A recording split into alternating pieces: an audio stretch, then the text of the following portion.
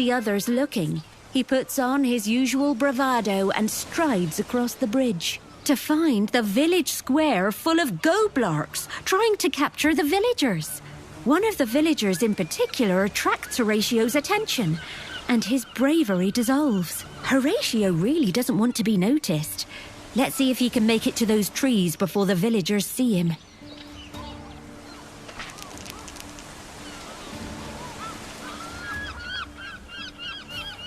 Horatio nimbly scarpers into the trees and vanishes. Even the other scoundrels can't spot him in there. The woman who'd spooked Horatio turns just as he disappears. She shakes her head before shoving away the goblark trying to shackle her. Whatever Horatio was doing, it's clear the other scoundrels are going to have to step up. They cross the bridge, quickly assessing the situation.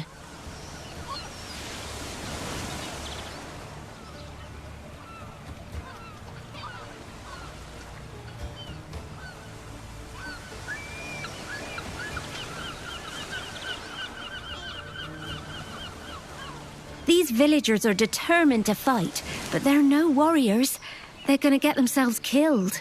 Your scoundrel can see the villagers' distrust and anger fading as the words hit home. They drop their improvised weapons and flee.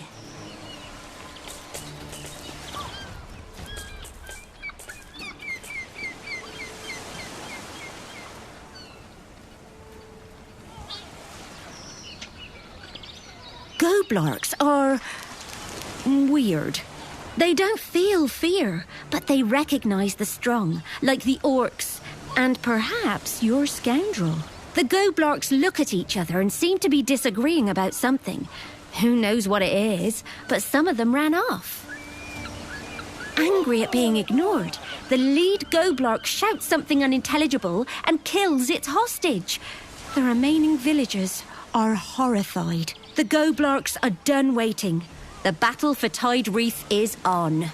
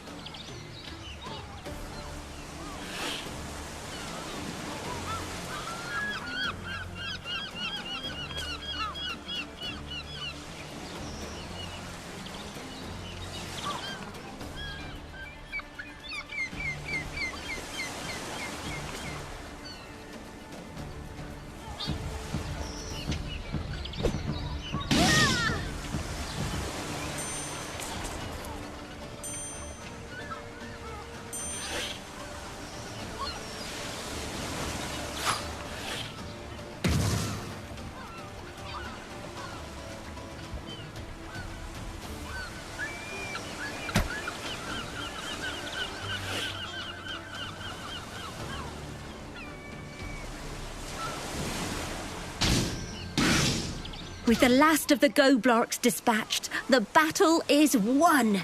But Tide Wreath's problems aren't done yet. Come on, coward. You're safe now. And I know you recognize me. It's the woman who spooked Horatio. You haven't changed. She turns to the other scoundrels. I'm Zainab. My father ran the inn until he was slaughtered with the rest of the village, after the great Horatio Ninelives went outside, promising to save us. And now you show up, just as it's all happening again? The orcs have landed on the beach and sent Goblarks into the sea caves. You're going to help set things right. She suddenly chains herself to a guilty-looking Horatio, using one of the Goblark's shackles. No more hiding for you. Wherever you go, I go, until my home is safe. Zainab glances around the village. I won't lie. I'm surprised you've saved so many already. But I'm watching you. It's clear she doesn't know anything about the scoundrels.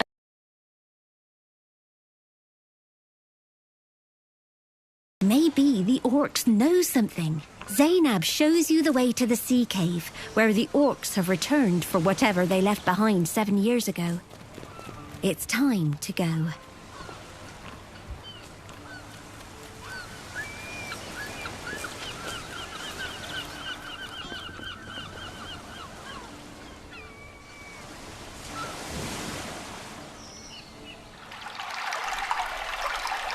This cave lies under the tide line, safe only for an hour or so each day, so it's always been off limits, especially since the orcs visited it during the raid. We tried to come down to see what the orcs were after, but we didn't find anything and nearly drowned. No one's been here since. Wait, those things are new? Zainab is referring to the things being collected by Goblarks. Weird, yellow, spherical objects that remind Horatio of something. You'll have to get closer to find out what they are. But you're already close enough for the Goblarks to notice you.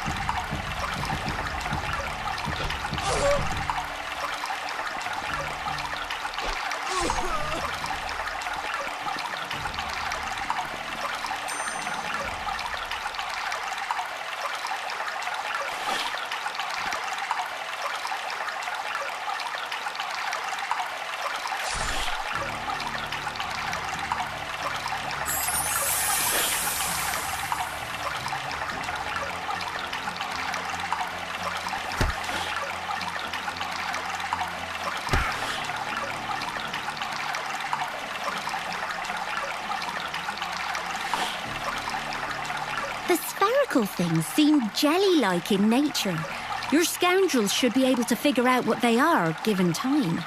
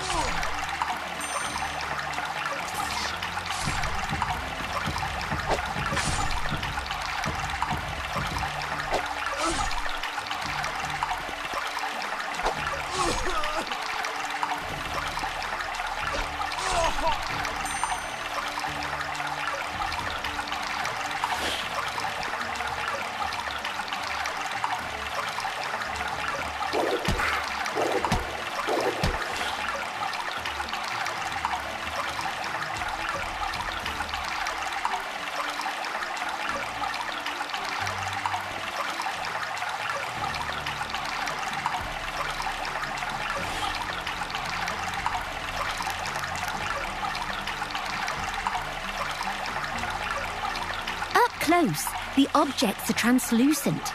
They only look like eyes from a distance. Your scoundrel wants to get a good look at what's inside. Keep examining them.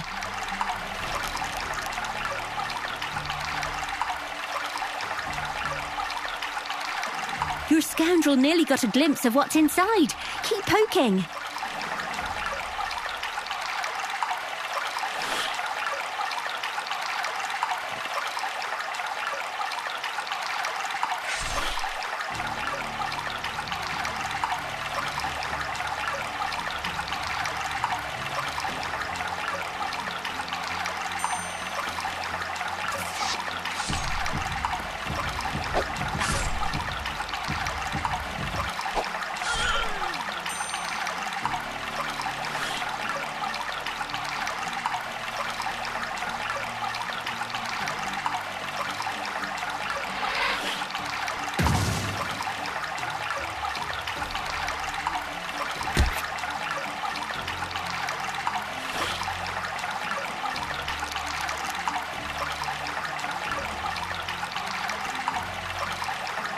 Your scoundrel turns the jelly-like sphere around and finally gets a good look at what's inside.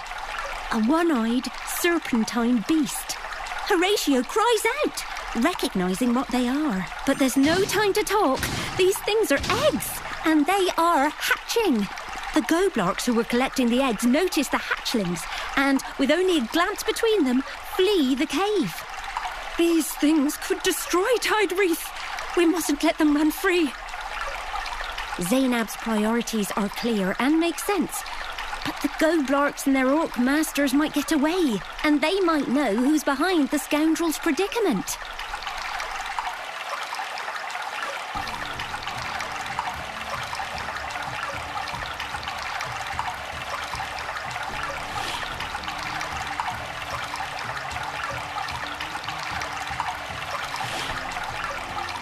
What are the goblarks and orcs planning to do with those eggs? Is the one behind the scoundrel's predicament involved? With Horatio chained to her, the scoundrels aren't going anywhere. Tidewreath was already destroyed once. I'm not leaving these things here for it to happen again. It's going to take more before she turns her back on these spawnlings.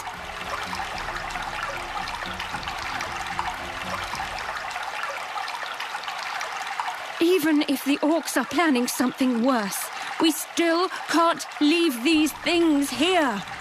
Zainab is starting to doubt herself.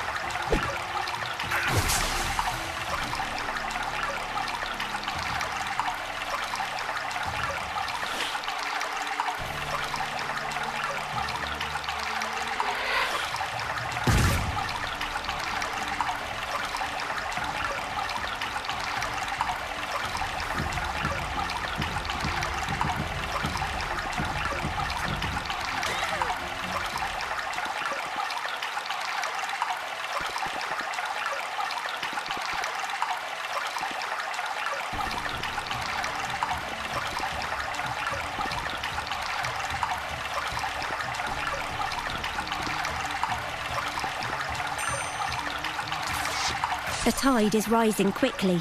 The scoundrels only have so long before they're trapped here to drown as the cave fills with water. The hatchlings don't have that problem. So if you're gonna kill them, do it quickly. All right, you win. Whatever the orcs are doing, it could make them strong enough to come back and kill us all anyway. Let's go. Deciding it's best not to wait around in case Zainab has a change of heart, the scoundrels get going. Hopefully in time to interrupt whatever foul plan the orcs have for those eggs.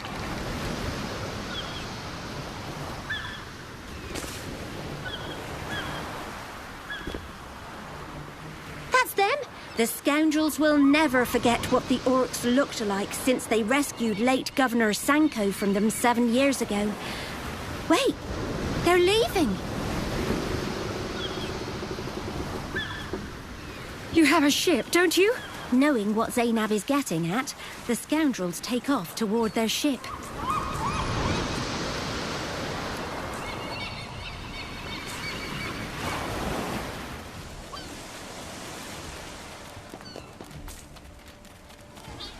You know what those things in the cave are, don't you?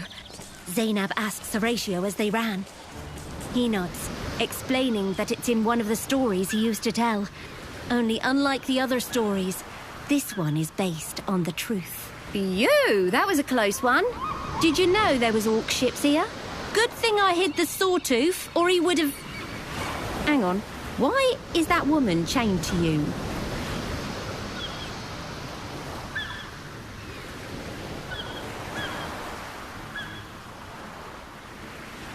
We're sailing towards the orc pirates. I hope you know what you're doing. As they chase after the orcs, Horatio continues his story. According to the legend, the Kraken, one-eyed god of the sea and storms, sired many enormous monsters called Krakenspawn, including Tiamat, the serpent. Those hatchlings were her offspring. Though small, they were still the grandchildren of a god.